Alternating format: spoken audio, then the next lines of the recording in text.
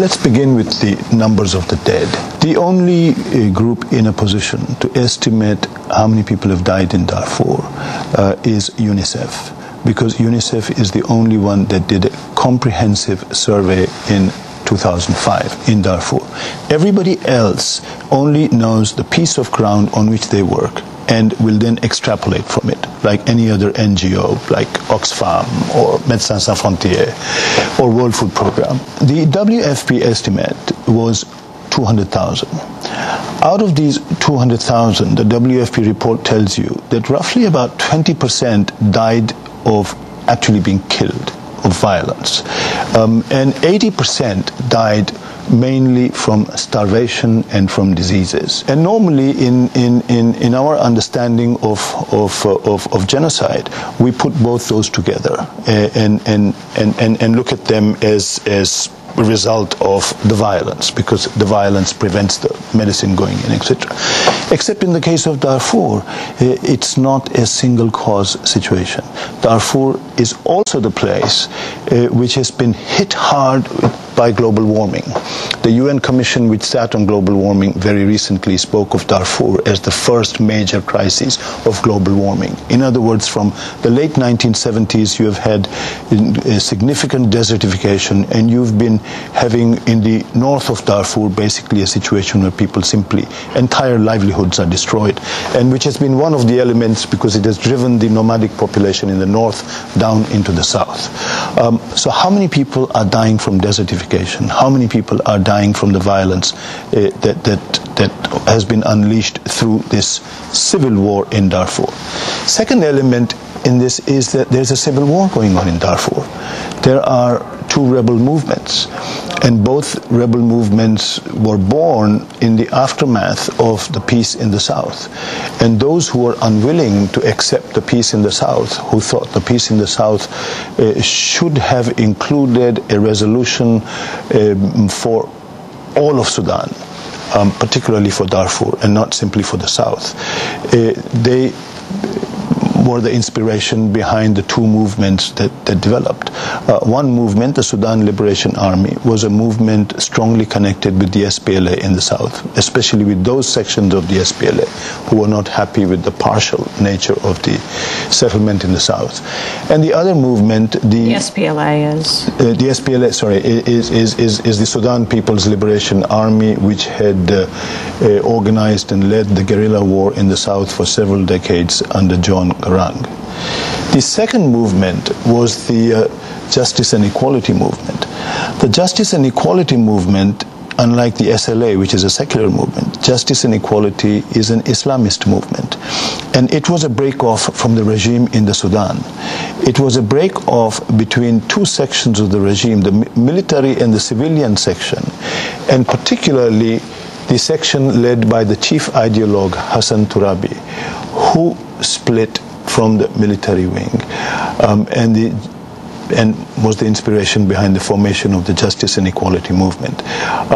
So you have, in a way, a very strong Islamist rebel movement, and you have a strong secular rebel movement, and these two began their operations in 2003. The government's response, and I saw the ambassador's response there, which was as disingenuous as Bush's response, in a sense, because he's claiming that it's just a civil war inside. The government has nothing to do with it. It's not true. The government's response was to pick a proxy and arm it. And the government was in a way smart enough to pick those who were the worst victims of the desertification and the drought. It picked the poorest of the nomads from the north, whose livelihoods had been entirely destroyed and who had simply no survival strategy at hand, and gave them weapons. And these guys went down south, and their object was not to kill the peasants in the south, but to drive them off their land.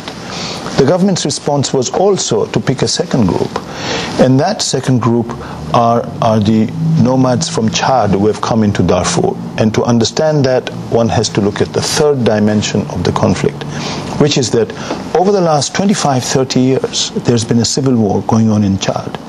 Chad, during the Cold War, was a bone of contention, first and foremost between the US and France, and both had their allies in the region.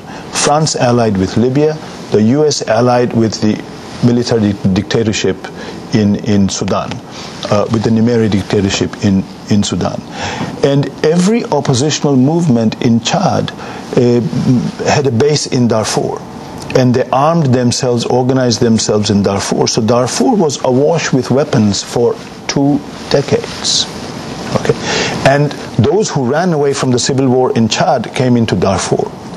So the other wing of those who were armed, whether by the government or whether by this weaponry which was awash, were the Chad refugees in Darfur.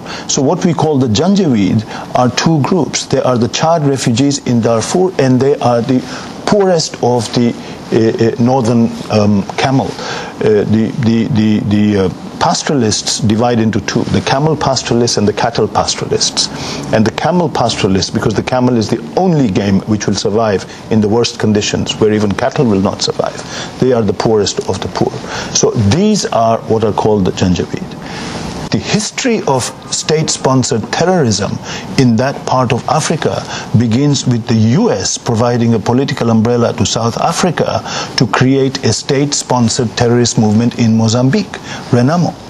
And it is after a full decade of that impunity that others learn the experience. And Charles Taylor begins it in Liberia, and the Sudanese government begins it in the south. But this is the second thing, which builds on this history of political violence.